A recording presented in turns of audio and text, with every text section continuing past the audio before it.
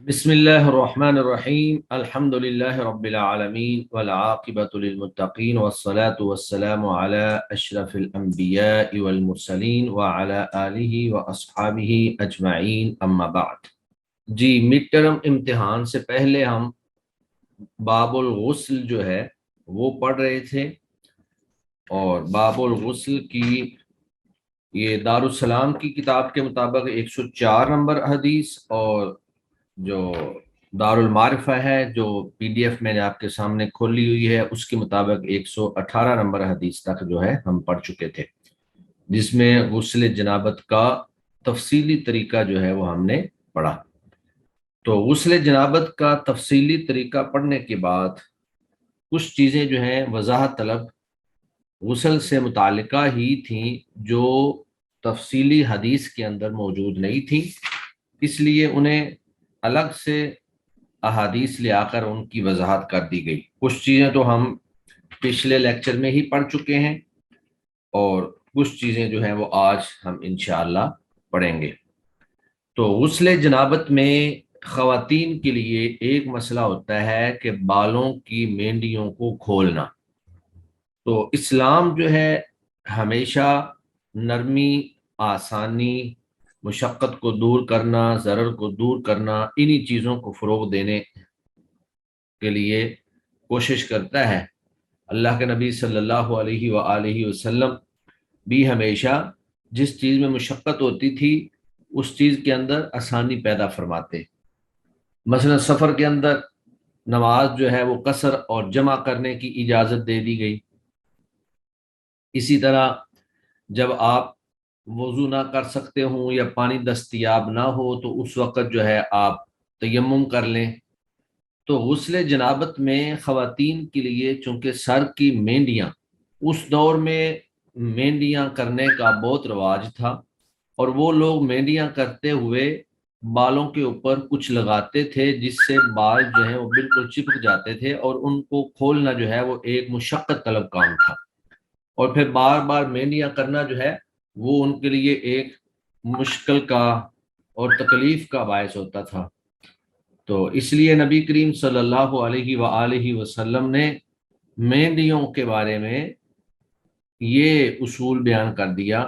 کہ اگر مینڈیاں نہ بھی کھولی جائیں تو بھی آپ کا غسل جنابت جو ہے وہ مکمل ہو جائے گا، لیکن اس میں صرف کوشش یہ کرنی ہے کہ پانی جب سر پہ ڈالنا ہے تو بالوں سے پانی گزرتا ہوا جو ہے وہ سر کی جلد تک پہنچ جائے۔ مینڈیاں جو ہیں وہ بے شک آپ نہ کھولیں، باقی سر کی جلد تک پانی پہنچ جائے۔ بے شک سارے بالوں کو پانی نہ لگے، جو بال پیچھے لٹک رہے ہیں، لمبے بال ہیں، مینڈیاں ہوئی ہیں، تو جب مینڈیاں کی ہوتی ہیں ان کے اوپر پانی ڈالا جائے تو وہ بہت سختی سے کی ہوتی ہیں تو وہ بالوں کے اندر پانی نہیں جاتا ہے، لیکن سر کے اوپر پانی ڈال کر اچھی طرح سے اس کو ہلا دیا جائے، کوشش کی جائے کہ وہ سر کی جلد تک پانی پہنچ جائے،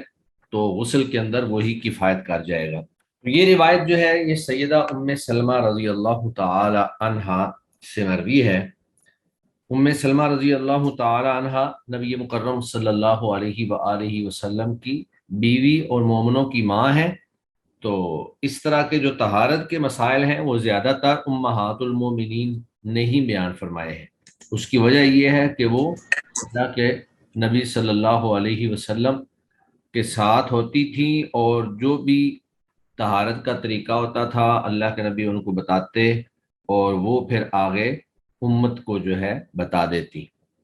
تو ام سلمہ رضی اللہ تعالی عنہا سے روایت ہے، قالت انہوں نے کہا، قلت میں نے کہا یا رسول اللہ، اے اللہ کے رسول،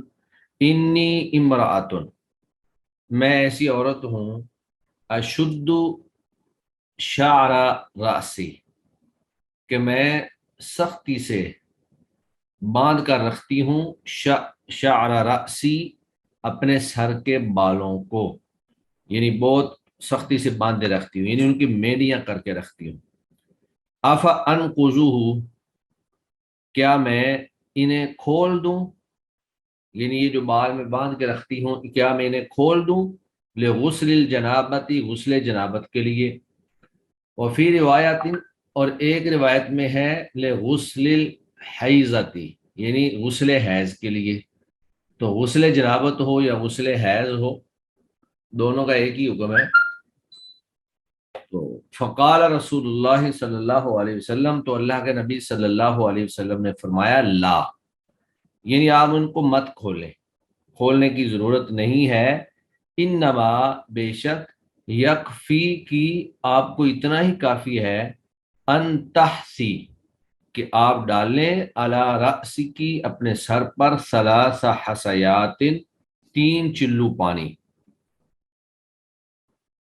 تو آپ اپنے سر پر 3 چلو پانی جو ہے وہ ڈال دیں، یہی آپ کے لیے کافی ہے، آپ کو مہندیاں کھولنا جو ہے وہ ضروری نہیں ہے۔ تو یہ حدیث جو ہے، اس سے ہمیں چند ایک اہم نکات جو ہے وہ معلوم ہوتے ہیں۔ پہلا نقطہ جو ہمیں معلوم ہوتا ہے وہ یہ ہے کہ صحابیات شرعی ضرورت کی بنا پر قابل حیا باتوں کو بھی صراحتاً پوچھ لیا کرتی تھیں، یعنی دین کے معاملے میں شرم و حیا جو ہے وہ درست نہیں ہے۔ اگر آپ شرم و حیا کی باتیں نہیں پوچھیں گے تو ہو سکتا ہے کہ پوری زندگی آپ جو ہے اپنا غسل صحیح نہ کر رہے ہوں، یا آپ کی طہارت جو ہے وہ مکمل طور پر آپ کو حاصل نہ ہو رہی ہو۔ تو اس طرح کے جو مسائل ہیں، طہارت کے مسائل ہیں، دین کے ضروری مسائل جو ہیں، احکام ہیں، وہ انسان کو پوچھ لینے چاہیے۔ دوسری بات جو ہے وہ یہ ہے کہ عورت جو ہے وہ اپنے سر کے بالوں کی مینڈیاں جو ہے وہ کر سکتی ہے، مینڈیاں بنانا جائز ہے، البتہ سر کی چوٹی پر جوڑا بنانا جو ہے وہ منع ہے۔ اللہ کے نبی صلی اللہ علیہ وآلہ وسلم کی حدیث مبارکہ ہے کہ جو عورتیں اپنے سروں کے اوپر اونٹ کے کوہان جیسا جوڑا بنا کر رکھتی ہیں، نہ تو وہ جنت میں جائیں گی اور نہ ہی جنت کی خوشبو پائیں گی۔ تو سر کے اوپر جوڑا بنانا درست نہیں ہے، لیکن سر کے بالوں کی مینڈیاں بنانا جو ہے وہ درست ہے۔ جوڑے سے اس لیے منع فرمایا کیونکہ یہ جوڑا جو ہے یہ بالکل واضح ہوتا ہے اور اوپر کو بال اٹھے ہوتے ہیں، اگر اوپر دوپٹہ بھی لیا ہوا ہو تو پھر بھی وہ واضح طور پر نظر آتا ہے، تو اس میں گویا کہ زینت کا اظہار ہے۔ تو زینت کا اظہار دوسروں کے لیے، جب ایک چیز واضح نظر آ رہی ہو تو دوسروں کی نظر بھی اس پہ پڑ سکتی ہے، اس لیے آپ صلی اللہ علیہ وسلم نے اس سے منع فرما دیا۔ تیسری بات جو اس حدیث کے اندر صراحتاً بیان ہوئی ہے، وضاحت کے ساتھ بیان ہوئی ہے، وہ یہ ہے کہ غسل حیض ہو یا غسل جنابت ہو، ان دونوں طرح کے غسل کے اندر، یا غسل نفاس ہو، کوئی بھی غسل ہو، ان میں مینڈیوں کو کھولنا ضروری نہیں ہے۔ صرف اتنا کافی ہے کہ آپ اپنے سر پر 3 چلو پانی ڈال لیں اور اس کے بعد باقی آپ نہا لیں اور غسل کر لیں۔ اس کے بعد دوسری حدیث جو ہے ہمارے لیکچر کی، وہ ہے سیدہ عائشہ رضی اللہ تعالی عنہا کی روایت ہے، جس میں مسجد کے اندر کسی جنبی شخص یا کسی حائضہ عورت کے ٹھہرنے کے حوالے سے آپ صلی اللہ علیہ وسلم نے منع فرمایا ہے کہ کوئی بھی جنبی شخص جس کو جنابت ہوئی ہو وہ مسجد میں نہ ٹھہرے، اسی طرح وہ عورت جس کو حیض آیا ہوا ہے وہ بھی مسجد میں نہ ٹھہرے، کیونکہ مسجد جو ہے وہ ایک مقدس اور محترم مقام ہے، اور اس کے احترام کا یہ تقاضا ہے کہ آدمی مسجد کے اندر ناپاکی کی حالت میں نہ ٹھہرے۔ وعن عائشہ رضی اللہ تعالی عنہا، سیدہ عائشہ رضی اللہ تعالی عنہا سے روایت ہے، قالت، انہوں نے کہا، قال رسول اللہ صلی اللہ علیہ وسلم، رسول اللہ صلی اللہ علیہ وآلہ وسلم نے فرمایا، انی، بے شک میں، لا احل، نہیں حلال کرتا، المسجدہ، مسجد میں ٹھہرنا، لحائز، حائضہ عورت کے لیے، ولا جنوبن، اور نہ ہی جنابت والے مرد یا عورت کے لیے۔ رواہ ابو داود، اس حدیث کو امام ابو داود نے روایت کیا ہے، وصححہ ابن خزیمہ، اور امام ابن خزیمہ نے اس حدیث کو صحیح قرار دیا ہے۔ تو یہ حدیث بھی ہمیں اس بات کا اشارہ دیتی ہے کہ مسجد کے اندر جنبی شخص اور حائضہ عورت وہ نہیں ٹھہر سکتے، ہاں البتہ مسجد سے گزر سکتے ہیں، یعنی اگر رستہ گزرتا ہو اس کے علاوہ رستہ کوئی نہ ہو تو پھر وہ وہاں سے صرف گزر سکتے ہیں لیکن وہاں پر ٹھہر نہیں سکتے ہیں۔ اس حدیث کے اندر جو اللہ کے نبی نے یہ الفاظ فرمائے کہ انی لا احل المسجد، کہ میں حلال نہیں کرتا، تو اس سے یہ بات ثابت ہوتی ہے کہ کسی چیز کی تحریم و تحلیل یعنی اس کی حلت یا حرمت کی اضافت جو ہے وہ اللہ کے نبی صلی اللہ علیہ وسلم کی طرف بھی کی جا سکتی ہے، کیونکہ اللہ کے نبی صلی اللہ علیہ وسلم وہ اللہ کی اجازت سے ہی کسی چیز کو حلال یا حرام فرما سکتے ہیں، بذات خود اللہ کے نبی اپنی مرضی سے کسی چیز کو حلال یا حرام نہیں کر سکتے۔ دوسری بات اس حدیث سے ہمیں یہ معلوم ہوتی ہے کہ مساجد کی تعظیم کرنی چاہیے، ان کی حرمت اور ان کے تقدس کا خیال رکھنا چاہیے، لہٰذا کوئی بھی جنبی شخص یا کوئی بھی حائضہ عورت جو ہے ناپاکی کی حالت میں مسجد میں نہ ٹھہریں تاکہ مسجد کا جو تقدس ہے وہ مجروح نہ ہو۔ جس طرح حائضہ عورت اور جنبی شخص کے لیے مسجد میں ٹھہرنا درست نہیں ہے، اسی طرح حائضہ عورت اور جنبی شخص کے لیے طواف کرنا بھی جائز نہیں ہے۔ اب اس حدیث سے اگرچہ اس بات کی صراحت تو موجود نہیں ہے کہ جنبی یا حائضہ عورت جو ہے وہ مسجد سے گزر سکتے ہیں، لیکن دیگر دلائل جو ہیں جس طرح کہ قرآن مجید کی روایت قرآن مجید کی آیت ہے او عابری سبیل الا عابری سبیل، الا یہ کہ وہ مسجد سے یا رستے سے گزرنے والا ہو، تو اس سے یہ بات معلوم ہوتی ہے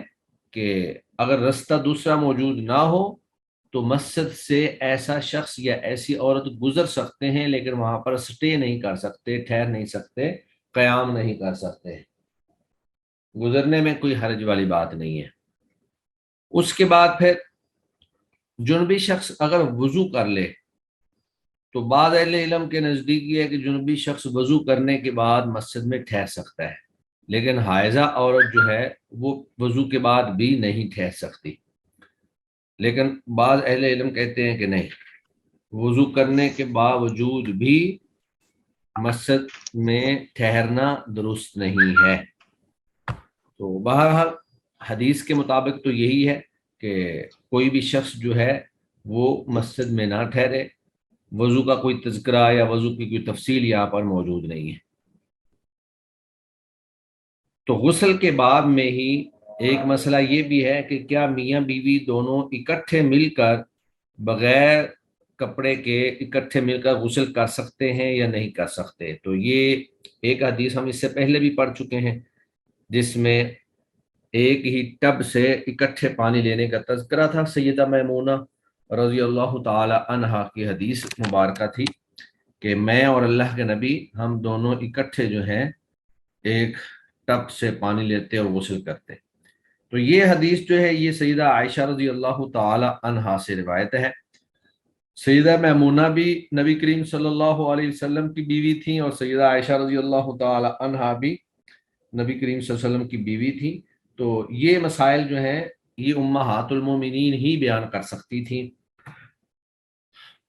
وعنہا اور سیدہ عائشہ رضی اللہ عنہا سے ہی روایت ہے۔ قالت فرماتی ہیں کنت اغتسل انا ورسول اللہ صلی اللہ علیہ وسلم،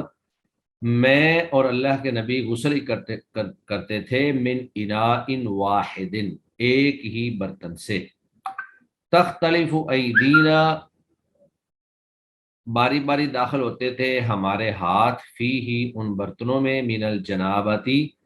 جنابت کا غسل کرتے ہوئے، یعنی جنابت کے غسل میں۔ متفق علیہ، یہ حدیث متفق علیہ ہے، بخاری مسلم کی روایت ہے۔ وزاد ابن حبان، اور ابن حبان نے یہ الفاظ جو ہیں وہ زیادہ کیے ہیں کہ وہ تلتقی، ہمارے ہاتھ جو ہے وہ ایک دوسرے سے ٹکراتے بھی تھے۔ تو میاں بیوی جو ہیں وہ چونکہ ایک دوسرے کے لیے لباس ہے، جس طرح کہ قرآن مجید کے اندر اللہ فرماتے ہیں ہن لباس لکم وانتم لباس لہن، وہ تمہارے لیے لباس ہیں اور تم ان کے لیے لباس ہو۔ تو میاں بیوی کا آپس میں ایک دوسرے کے جسم کو دیکھنا، اس میں کوئی حرج والی بات نہیں ہے۔ پورا جسم جو ہے میاں بیوی ایک دوسرے کا دیکھ سکتے ہیں، دونوں اکٹھے جو ہیں وہ مل کر غسل کر سکتے ہیں، حتیٰ کہ وہ ستر مغلظ اس کو بھی میاں بیوی کا باہم ایک دوسرے کے لیے دیکھنا جو ہے وہ درست ہے۔ وہ جو سیدہ عائشہ رضی اللہ تعالی عنہ کی حدیث ہے کہ میں نے اللہ کے نبی صلی اللہ علیہ وسلم کی شرم گاہ کو نہیں دیکھا، تو وہ حدیث ضعیف ہے۔ جب اللہ رب العزت نے ستر قرار دے دیا ہے، ایک دوسرے کا لباس قرار دے دیا ہے، تو لباس جو ہے وہ جسم کے ہر حصے پر ہوتا ہے۔ تو جس طرح لباس جسم کے ہر حصے کے ساتھ ٹچ کرتا ہے، اسی طرح میاں بیوی باہم ایک دوسرے کے لیے لباس ہے، وہ ایک دوسرے کے جسم کو دیکھ بھی سکتے ہیں اور ٹچ بھی کر سکتے ہیں۔ اس حدیث مبارکہ سے ہمیں جو باتیں معلوم ہوئی وہ یہ ہیں کہ میاں بیوی کا اکٹھے نہانا جائز ہے، اور یہ مباح کے قبیل سے ہے، نہ کہ ضروری یا سنت، یعنی اجازت ہے اس کی۔ کوئی ایسا نہیں ہے کہ آپ سمجھیں کہ ضروری ہے کہ میاں بیوی اکٹھے ہی نہائیں ہمیشہ۔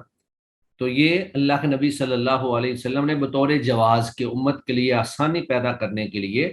کہ اگر آپ اکٹھا نہانا چاہیں تو اس میں آپ کے اوپر کوئی مشقت نہ ہو، کوئی آپ کے لیے گناہ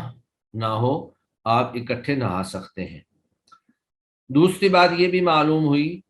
کہ میاں بیوی ایک دوسرے کا جسم، ایک دوسرے کا سطر جو ہے وہ دیکھ سکتے ہیں، یعنی ایک دوسرے کے سامنے بالکل برہنہ ہو سکتے ہیں۔ تیسری بات یہ معلوم ہوئی کہ جنبی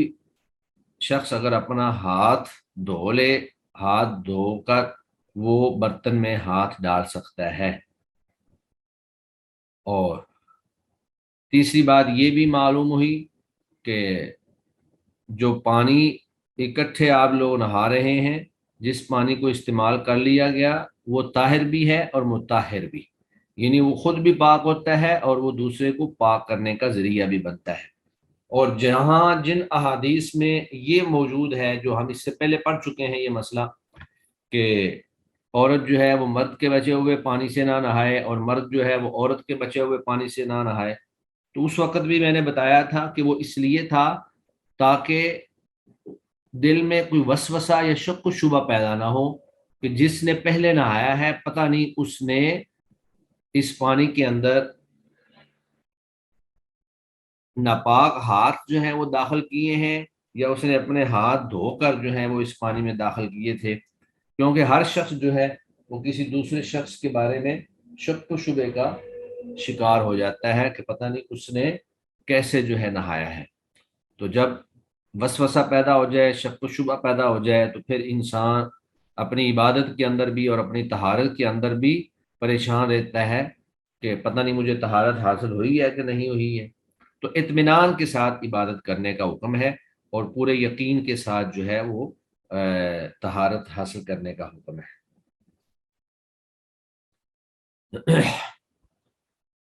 اس کے بعد ہمارے پاس حدیث مبارکہ ہے، سیدنا ابو ہریرہ رضی اللہ تعالی عنہ کی روایت ہے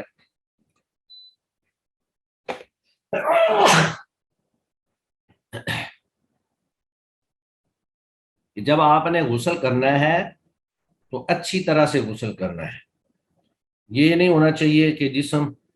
کے کچھ حصے پر پانی پہنچے کچھ پر نہ پہنچے، بلکہ کوشش کرنی ہے کہ پورے اہتمام کے ساتھ جسم کو مل مل کر اور بالوں کی جڑوں تک پانی کو پہنچا کر جو ہے وہ غسل کیا جائے۔ تو اگرچہ یہ حدیث جو ہے ضعیف ہے، لیکن اس کا معنی جو ہے اور مفہوم جو ہے وہ دیگر احادیث سے بھی معلوم ہوتا ہے کہ جب آپ نے غسل کرنا ہے تو آپ نے اچھے طریقے سے غسل کرنا ہے، پورے اہتمام کے ساتھ، جسم کا کوئی حصہ جو ہے وہ خشک نہیں رہنا چاہیے۔ تو جس طرح آج کل ہمارے ہاں ہم غسل کرتے ہیں، ہمارے ہاں تو الحمدللہ پانی بھی وافر ہے، اور جب آدمی صابن لگا لیتا ہے تو صابن لگانے کے بعد تو پھر جسم کا کوئی بھی حصہ جو ہے وہ خشک نہیں رہ پاتا۔ پہلے دور میں پانی کم ہوتا تھا، لوگوں کو پینے کے لیے بھی بہت کم پانی ملتا تھا، دور سے لوگ کنووں سے یا چشموں سے پانی بھر کے لاتے تھے، تو پانی کا بھی بڑا مسئلہ تھا۔ تو اس وقت لوگ کوشش کرتے تھے کہ کم سے کم پانی جو ہے وہ استعمال ہو۔ تو اس وقت یہ مسئلہ پیدا ہوتا تھا کہ کہیں کوئی جسم کا حصہ جو ہے وہ خشک نہ رہ جائے۔ تو سیدنا ابو ہریرہ رضی اللہ تعالیٰ عنہ سے روایت ہے، انہوں نے کہا رسول اللہ صلی اللہ علیہ وسلم نے فرمایا ان تحت کل شعرۃ، بے شک ہر بال کے نیچے، تحتا نیچے، کلی ہر شعرۃ بال، ہر بال کے نیچے، جنابت جنابت ہے، فاغسلوا لہذا تم اچھی طرح سے دھوو، الشعر بالوں کو اچھی طرح سے دھوو، ونقو اور اچھی طرح سے صاف کرو، البشرہ جلد کو۔ تو گویا کہ بالوں کو بھی اچھی طرح سے دھونا ہے اور جلد کو بھی اچھی طرح سے دھونا ہے۔ رواہ ابو داود و ترمذی، اس حدیث کو امام ابو داود اور امام ترمذی نے روایت کیا ہے، وضعفاہ، اور دونوں نے یعنی ابو داود اور ترمذی دونوں نے اس حدیث کو ضعیف قرار دیا ہے۔ لیکن جس طرح کہ میں نے بتایا کہ دیگر کئی احادیث جو ہیں اس معنی پر دلالت کرتی ہیں۔ یہ حدیث اگرچہ ضعیف ہے لیکن صحیح احادیث کے اندر اس بات کی وضاحت موجود ہے۔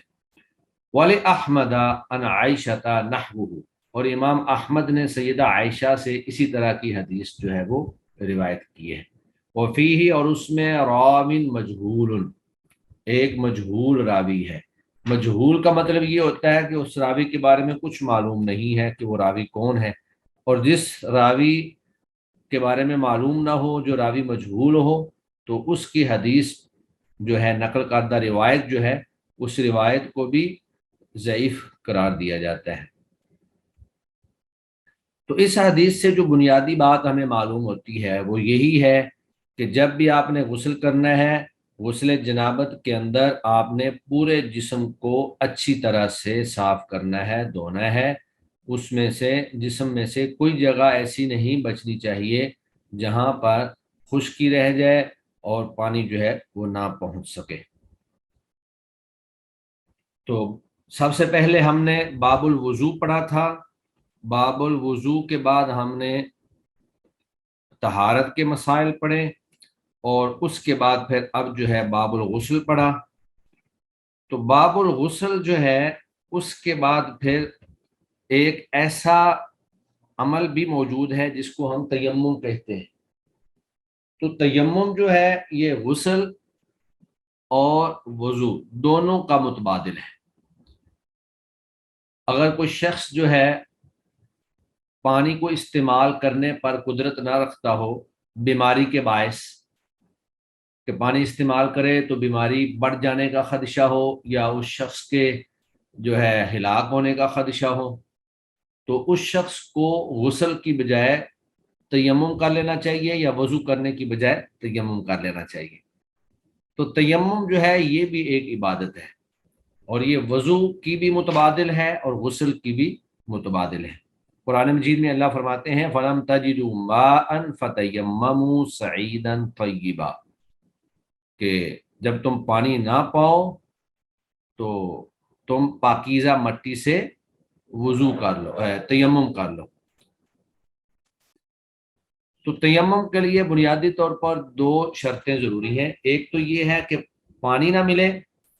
یا پانی تو موجود ہو لیکن اس کو استعمال کرنا جو ہے وہ انسان کے لیے خطرناک ہو، ہلاکت کا خدشہ بھی ہو یا بیماری کے بڑھ جانے کا خدشہ ہو۔ دونوں صورتوں میں آپ تیمم کر سکتے ہیں۔ تو تیمم جو ہے یہ امت محمدیہ کے لیے اللہ رب العزت کی طرف سے ایک خاص رحمت ہے۔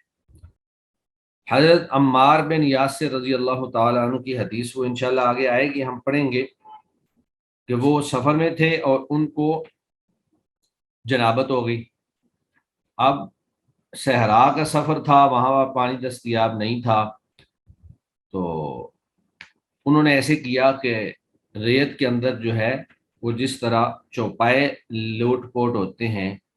وہ مٹی کے اندر اور ریت کے اندر انہوں نے اپنے پورے جسم کو یعنی کپڑے اتار کر مٹی میں لیٹنا شروع کیا، اکیلے تھے۔ تو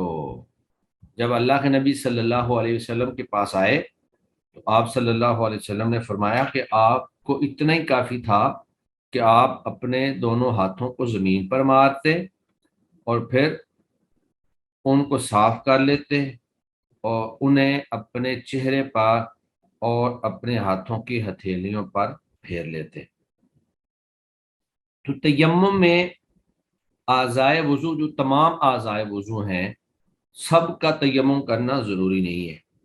تیمم صرف چہرے کا اور ہاتھوں کا ہی کافی ہوتا ہے، یعنی آپ نے صرف چہرے کا اور ہاتھوں کا تیمم کرنا ہے، باقی پورے بازو یا پاؤں یا سر یا اسی طرح کانوں کا، کسی بھی دیگر عضو کا آپ نے تیمم نہیں کرنا ہے۔ تو تیمم جو ہے یہ امت محمدیہ کے خصائص میں سے ہے کہ اللہ تعالیٰ نے امت محمدیہ کے لیے ساری کی ساری زمین جو ہے اس کو مسجد بھی قرار دے دیا ہے اور اس کو پاک بھی قرار دے دیا ہے۔ تو تیمم میں سب سے پہلی حدیث جو اس وقت ہمارے پاس موجود ہے وہ سیدنا جابر رضی اللہ تعالی عنہ کی حدیث ہے۔ عن جابر بن عبداللہ، سیدنا جابر بن عبداللہ رضی اللہ تعالیٰ عنہ سے روایت ہے، ان النبی صلی اللہ علیہ وسلم، کہ بے شک نبی کریم صلی اللہ علیہ وآلہ وسلم نے فرمایا، آپ صلی اللہ علیہ وسلم نے فرمایا، اعطیت خمسن، مجھے 5 چیزیں دی گئی ہیں، لم یعطہن احد، جو کوئی بھی نہیں دیا گیا قبلی مجھ سے پہلے، یعنی آپ صلی اللہ علیہ وسلم کو 5 ایسی چیزیں دی گئی ہیں جو آپ سے پہلے کسی کو بھی، کسی بھی نبی کو اللہ نے عطا نہیں کی تھی۔ یہ گویا کہ آپ صلی اللہ علیہ وسلم کا ہی خاصہ ہے۔ تو صاحب کتاب نے یہاں پر پوری حدیث بیان نہیں کی ہے، 5 چیزوں کا تذکرہ نہیں کیا ہے، صرف 2 چیزیں جو ہیں وہ بیان کر دی ہیں۔ تو باقی چیزیں میں آپ کو ویسے بتا دیتا ہوں۔ پہلی چیز جو ہے وہ یہ ہے کہ نصرت بالرعب، میری رعب کے ساتھ مدد کی گئی ہے، مسیرۃ شہر، 1 مہینے کی مسافت پر، یعنی جب میں دشمن سے 1 مہینے کی مسافت پر ہوتا ہوں تو اللہ تعالیٰ دشمن کے دل میں میرا رعب جو ہے وہ ڈال دیتے ہیں۔ تو یہ بھی اللہ کے نبی صلی اللہ علیہ وسلم کی خصوصیت تھی۔ اور دوسری چیز جو دی گئی ہے وہ یہ ہے کہ وہ جعلت لی الارض مسجدا و طہورا، اور بنا دی گئی ہے میرے لیے زمین، ساری کی ساری زمین، مسجدن، سجدہ گاہ، سجدہ کرنے کی جگہ، یعنی آپ کسی بھی جگہ پر نماز پڑھ سکتے ہیں سوائے ان مقامات کے جن کی ممانعت احادیث میں آ گئی ہے، جیسے واش روم کے اندر آپ نماز نہیں پڑھ سکتے، ناپاک جگہ پر نہیں پڑھ سکتے، اسی طرح جو اونٹوں کا باڑا ہے وہاں نہیں پڑھ سکتے کیونکہ اونٹ جو ہے وہ سرکش جانور ہے اور آپ کو نقصان پہنچا سکتا ہے۔ ویسے مطلقاً ساری کی ساری زمین جو ہے کسی بھی جگہ پر آپ نماز پڑھ سکتے ہیں۔ پہلی امتوں کے لیے ایسا نہیں تھا، ان کے لیے عبادت گاہ کے اندر جا کر نماز پڑھنا ضروری ہوتا تھا۔ آگے فرمایا وَطَہُورًا، اور ساری زمین پاک بنا دی گئی ہے۔ تو جب زمین پاک ہے تو اس کا مطلب یہ ہے کہ آپ اس سے طہارت حاصل کر سکتے ہیں، آپ اس سے تیمم کر سکتے ہیں۔ فَأَيُّمَا رَجُلٍ، پر جس آدمی کو بھی ادرکتہ الصلاۃ، نماز پالے، یعنی نماز کا وقت پالے، فَلْيُصَلِّ، پس اس کو چاہیے کہ وہ نماز پڑھے۔ وہ یہ نہ دیکھے کہ یہاں پر جو ہے مسجد نہیں ہے، وہ روڈ کے کنارے پر بھی نماز پڑھ سکتا ہے، وہ پہاڑ کی چوٹی پر بھی نماز پڑھ سکتا ہے، وہ جہاں بھی موجود ہے وہاں پر وہ نماز پڑھ لے۔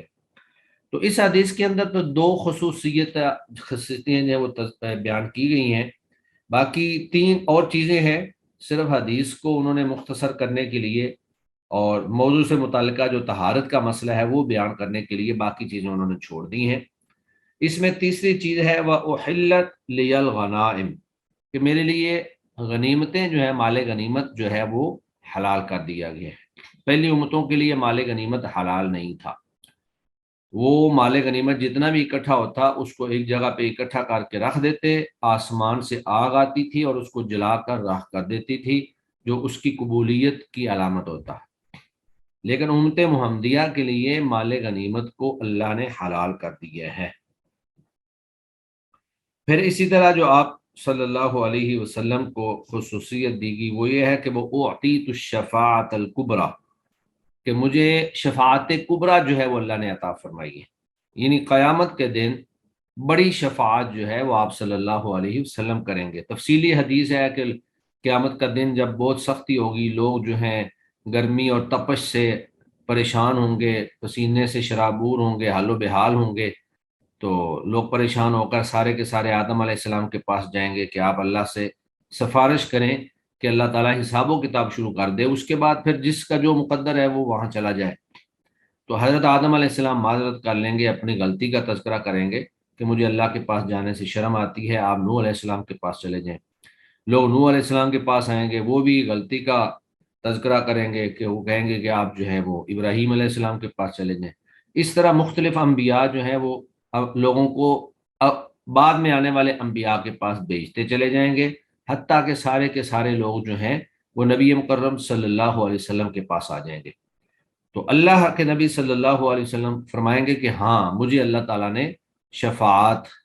کی اجازت دی ہے اور شفاعت جو ہے وہ عطا فرمائی ہے۔ تو آپ صلی اللہ علیہ وسلم جو مقام محمود ہے، جس کی ہم آپ کے لیے دعا کرتے ہیں ہر اذان کے بعد، مقام محمود الذی وعدتہ وبعثہ مقام محمود الذی، تو آپ صلی اللہ علیہ وسلم اس مقام محمود پہ سجدے میں پڑ جائیں گے، اللہ کی تسبیحات، اللہ کی تکبیرات اور اللہ کی ان ناموں کے ساتھ بھی تسبیح کریں گے جو اللہ اس وقت آپ کے دل میں ڈالیں گے۔ پھر اللہ تعالیٰ جو ہے وہ نبی کریم صلی اللہ علیہ وسلم کو کہیں گے یا محمد ارفع راسک شفع تو شفع، کہ اے محمد صلی اللہ علیہ وسلم اپنا سر اٹھائیں اور آپ سفارش کریں، آپ کی سفارش قبول کی جائے گی۔ تو پھر آپ صلی اللہ علیہ وسلم اللہ سے یہ سفارش کریں گے کہ یا اللہ حساب و کتاب کا آغاز کیا جائے، تو اللہ کے نبی کی یہ سفارش جو ہے یہ قبول کی جائے گی۔ اسی طرح آپ صلی اللہ علیہ وسلم کو جو پانچواں خاص ترہ امتیاز حاصل ہے وہ یہ ہے کہ وَأُرْسِلْتُ إِلَى النَّاسِ كَافَّةً، کہ اللہ تعالیٰ نے جو پہلے انبیاء بھیجے تھے وہ ایک خاص وقت کے لیے ہوتے تھے اور ایک مخصوص بستی کے لیے یا مخصوص علاقے کے لیے ہوتے تھے، لیکن آپ صلی اللہ علیہ وسلم کو اللہ تعالیٰ نے قیامت تک کے لیے تمام انسانوں اور جنوں کی طرف نبی بنا کر بھیجا۔ تو یہ بھی آپ صلی اللہ علیہ وسلم کی خصوصیات اور آپ کے امتیازات میں سے ہے۔ تو بہرحال اس حدیث کے اندر جو موضوع سے متعلقہ ہماری چیز ہے وہ یہ ہے کہ وَجُعِلَتْ لِيَ الْأَرْضُ مَسْجِدًا وَطَهُورًا، کہ میرے لیے ساری زمین کو سجدہ گاہ، سجدہ کرنے کی جگہ اور پاک جو ہے وہ بنا دیا گیا ہے۔ تو یہ گویا کہ تیمم کی طرف اشارہ ہے، تیمم کے جواز کی طرف، کہ تیمم جو ہے وہ پاک مٹی سے آپ کر سکتے ہیں۔ اس سے اگلی حدیث جو ہے اس کے اندر تھوڑی سی وضاحت پچھلی حدیث سے متعلق ہی ہے، وہ یہ ہے وہ فی حدیث حذیفہ عند مسلم، اور امام مسلم نے سیدنا حذیفہ سے جو روایت نقل کی ہے اس میں یہ الفاظ ہیں وَجُعِلَتْ تُرْبَتُهَا، اور بنا دی گئی ہے تربتها، اس کی مٹی ہمارے لیے طہوراً پاک، کب اذا لم نجد الماء، جب ہم پانی نہ پائیں، یعنی ہم اس سے تیمم کر سکتے ہیں، اور تیمم جو ہے وہ بھی ویسے ہی طہارت دیتا ہے جس طرح کہ وضو سے طہارت حاصل ہوتی ہے یا جس طرح غسل سے طہارت حاصل ہوتی ہے۔ اس حدیث سے چند باتیں ہمیں معلوم ہوتی ہیں۔ پہلی بات تو یہ ہے کہ اللہ تعالیٰ نے نبی مکرم صلی اللہ علیہ وآلہ وسلم کو بعض خصوصیات ایسی عطا فرمائی جو آپ سے پہلے کسی امت کو یا کسی نبی کو عطا نہیں فرمائی گئی۔ دوسری بات کہ آپ صلی اللہ علیہ وآلہ وسلم کا یہ حسن تعلیم ہے کہ آپ نے متعدد اور متنوع باتوں کو ایک ہی جگہ پر جمع فرما دیا۔ اسی طرح آپ صلی اللہ علیہ وآلہ وسلم کی خصوصیات میں سے یہ بات بھی ہے کہ اللہ نے آپ کو رعب عطا فرمایا، اور اس بات یہ کوئی بعید از قیاس نہیں کہ اگر امت جو ہے وہ صحیح طریقے سے آپ صلی اللہ علیہ وسلم کی سیرت اور آپ کی سنت کو اپنائے تو اللہ تعالیٰ یہی نعمت جو ہے وہ امت محمدیہ کو بھی عطا کر سکتے ہیں، کہ اللہ تعالیٰ ان کا رعب جو ہے وہ دشمن کے دل کے اندر ڈال دیں، لیکن اس کے لیے پھر ضروری ہے کہ آپ کی سیرت اور سنت پر عمل کیا جائے، اور پھر ساری کی ساری زمین جو ہے وہ پاک ہے اور تیمم کے لائق ہے۔ اس حدیث سے یہ بھی معلوم ہوا کہ اگر نماز کے وقت پانی دستیاب نہ ہو تو پانی تلاش کرنا ضروری نہیں ہے۔ پانی موجود نہیں ہے تو آپ تیمم کر کے آپ نماز پڑھ سکتے ہیں، یعنی پانی کو تلاش کرنے کے لیے دور دراز کا سفر کرنا، ادھر ادھر بھاگنا، تو اس سے تو نماز کا وقت نکل جائے گا۔ تو اس حدیث کے اندر ایسا کوئی تذکرہ نہیں کہ آپ جو ہے پانی کو تلاش کریں، اگر نہ ملے تو تیمم کریں، بلکہ اتنا ہے کہ اگر پانی موجود نہیں ہے تو آپ تیمم کریں۔ اور اس حدیث سے یہ بھی معلوم ہو گیا کہ نماز کو اپنے وقت سے لیٹ کرنا جائز نہیں ہے، حتیٰ کہ اگر یہ بھی معلوم ہو کہ اگر ہم چل کر کچھ دور جائیں گے تو ہمیں پانی مل جائے گا، تو پانی کی تلاش کے لیے نماز کو لیٹ نہیں کیا جائے گا۔ تو یہ وہ ساری باتیں ہیں جو ہمیں ان احادیث سے معلوم ہوتی ہیں۔ تو آج کا ہمارا جو لیکچر ہے وہ یہیں تک ہی انشاءاللہ ہوگا، جس میں ہم نے تیمم کے حوالے سے آخری چند ایک چیزیں جو ہیں وہ پڑھی ہیں کہ اگر انسان کو پانی دستیاب نہ ہو یا پانی استعمال کرنا اس کے لیے مشکل کا باعث یا بیماری کے اضافے کا باعث ہو، یا وہ پانی استعمال نہ کر سکتا ہو، تو پھر وہ تیمم جو ہے وہ کر سکتا ہے۔ تو یہ دو چیزیں جو ہیں یہ تیمم کے لیے ضروری ہیں، اور تیمم جو ہے یہ وضو کا بھی متبادل ہے اور غسل کا بھی متبادل ہے۔ چلیں جی، اب ہمارا ٹائم بھی پورا ہو چکا ہے۔ سبحانک اللہم و بحمدک، اشہد ان لا الہ الا انت، استغفرک و اتوب الیک۔ السلام علیکم ورحمۃ اللہ وبرکاتہ۔